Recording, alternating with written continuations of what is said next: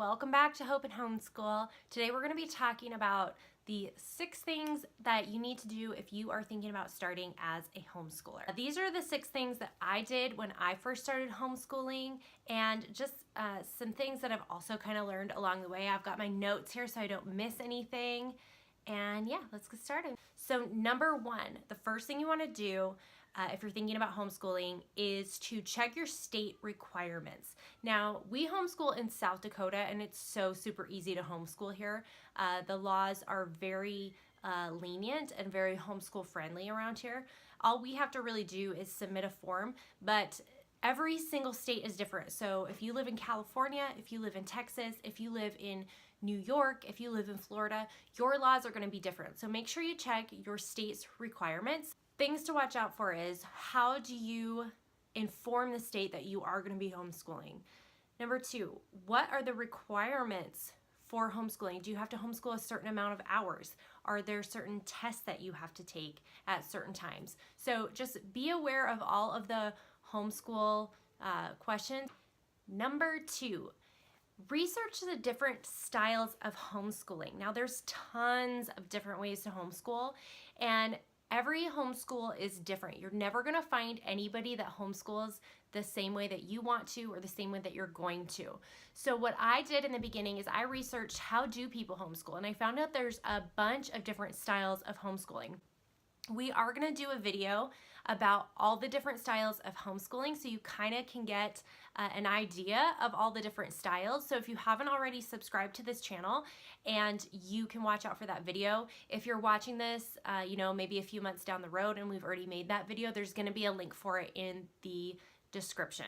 So the different styles of homeschooling include, and I'm going to look at my notes here, classical, Charlotte Mason, unschooling, unit studies, online school, traditional, Montessori, eclectic. There's even more. That's just scratching the surface. There are so many different styles of homeschool, and one of them you're probably going to jive with a little bit more. Plus, not all kids learn the same way, and you're going to find, probably like we did, that you might start with one style and switch over to another. So it's really good to kind of learn what all the different styles are. Number 3, picking a curriculum. Now, I'm going to give you a piece of advice that I wish somebody would have given me when we first started looking at curriculums. Don't just go into research mode on curriculums. Why? Because there are so many, and you will fry your brain trying to research all of the different types of homeschool curriculums. So number 1, figure out what style of homeschool you want to utilize, and then reach out to other moms who have experience in that homeschool style and ask them, get reviews about the different curriculums that they have used, because they're going to actually know based off of experience what works and what doesn't. And so you don't have to go down all those research rabbit holes like I did. I spent hours and hours researching, and I did not need to. Number 4, figure out what you want your homeschool schedule to look like. So there are so many different types of schedules that you can utilize when you homeschool. Do you want to homeschool year round? Do you want to follow the more traditional school year, like September through May or June? Do you want to do something called Sabbath schooling? I didn't even know what that was in the beginning, and we actually utilized it for a while. Right now, we actually homeschool year round, and I'm going to do another video about how we homeschool year round, what that actually looks like.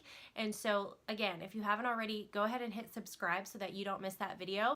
But Sabbath schooling, what that is it's basically doing school for 6 weeks, taking 1 week off. So some people like to do it like that. Some people do year round with kind of scheduled breaks in between, and some people just go old school. Number 5, plug into a support system. This is so huge. If you're like I was in the beginning, I didn't feel like I had a very big support system. Homeschooling, there weren't a lot of people in my circle who did it at the time, so I felt like I was just kind of on my own. My husband wasn't necessarily super excited about it in the beginning. I'm also going to do a video on that and how we overcame that. But my family was kind of against it, and they just, not that they were against it, they just didn't understand yet. And so and plus I didn't feel like I knew what I was doing, so I kind of felt lost. So I plugged into other moms who knew what they were doing.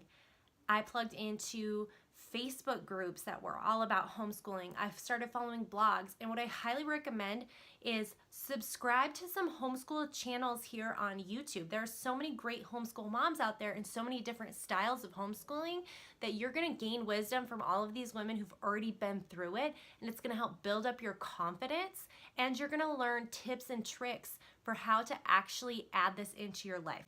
And finally, number 6, relax. It's gonna be okay. It's gonna be okay. A lot of homeschooling, you're just gonna learn from trial and error. We do not homeschool the same way we did when we started. You're gonna learn what works for you. So don't stress about choosing the right style. Don't stress about choosing the right schedule. Don't stress about choosing the right curriculum. You can always switch. That's what's so beautiful about homeschooling, is that you can switch styles. We actually did that. We completely switched the way that we homeschool. Like I said, we've done Sabbath schooling, and now we school year round.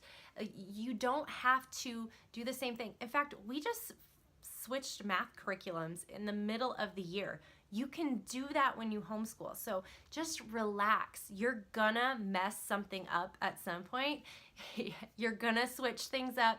Things are gonna change. Just be flexible in that and be okay not making a perfect decision. I hope this video was helpful. If you guys liked this video and you feel like you got something out of it, hit the subscribe button, hit the like button. We'd so appreciate it. Hope you guys have an awesome day. Bye.